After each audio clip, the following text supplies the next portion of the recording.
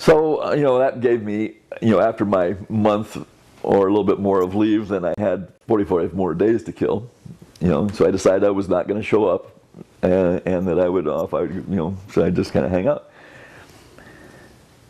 But, we had some close calls with the police. It was one of those things where one day the police showed up. My parents had given them my address, and thinking that they were doing me a favor because the police, the military had come to them and said, your son's in big trouble now because he's AWOL, and, you know where he is, so we can get him before he gets in more trouble. And they had given my address to the police. And so one night the police showed up and, knock, knock, knock on the door of the apartment we were living in Berkeley. And my wife went to the front door because it sounded like a very official knock.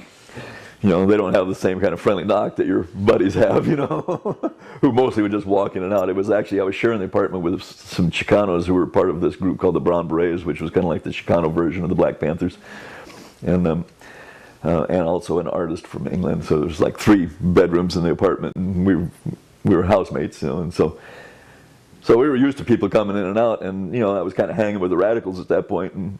But anyway, so here was the knock in the night. So my wife went to the front door to answer the door, and I went out the back door.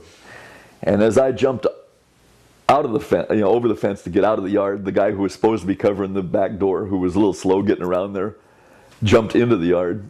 So it was kind of like, I went out and he went into the yard, but he saw me, and so he ran over and jumped over the fence and chased me. There was railroad tracks behind our house because we were living in kind of not a very nice part of town. We liked it, but it was a poor people's part of town. And at any rate, and so I went running down the railroad tracks, and basically I outran him. He didn't catch me, and he didn't shoot me, luckily, but I was able to get away, and I just, made my escape. And then later I linked up with my wife, and then some liberals let us use they had a summer cabin up in Northern California in the woods, and so we were kind of like, the cops were hot on my trail. There was like 2 or 3 really close calls. And so we just left everything we had, our wedding photos and our little candlesticks that we'd gotten when we got married, and whatever we had, and we just got out of town. We left. We gave our car at 1940 Plymouth, we gave it to the movement and said, here, have a car. And somebody dropped us off up in the cabin in the woods in Northern California, where